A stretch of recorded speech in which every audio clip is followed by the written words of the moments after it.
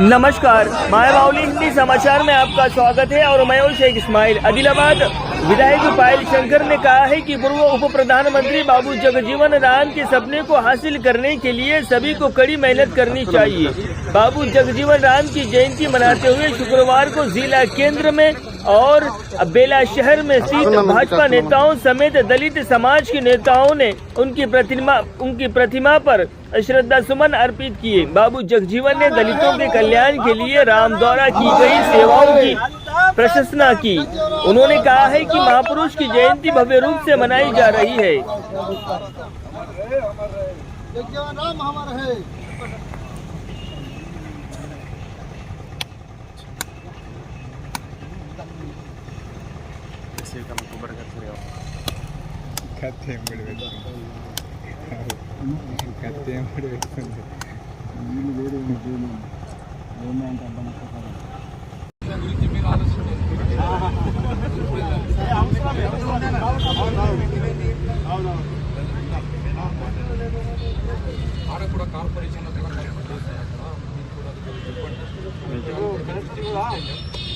నూట 16వ బాబు జగజీవనరావు జయంతి సందర్భంగా బేలా మండల కేంద్రంలో ఎంఆర్పిఎస్ ఆధ్వర్యంలో అదేవిధంగా మిగతా భారతీయ జనతా పార్టీ నాయకులంతా కూడా కలిసి నివాళులు అర్పించడం జరిగింది.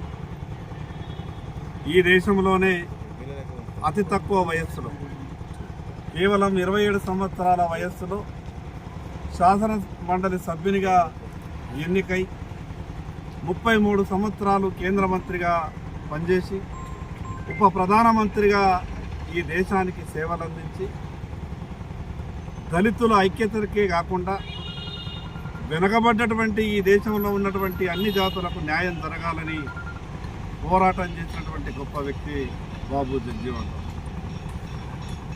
ప్రభుత్వాలు ఏవైనా పాలకులు ఎవరైనా ఇంకా మార్పు రావాల్సినటువంటి అవసరం ఉంది. స్వతంత్రం వచ్చి 75 సంవత్సరాలైనా కూడా దళితుల పట్ల ప్రత్యేకంగా ఈ తెలంగాణ రాష్ట్రంలో గత ప్రభుత్వం అనుసరించినటువంటి విధానాన్ని ఈ ప్రభుత్వం కూడా అనుసరిస్తుందేమని అనుమానం కలుగుతున్నది.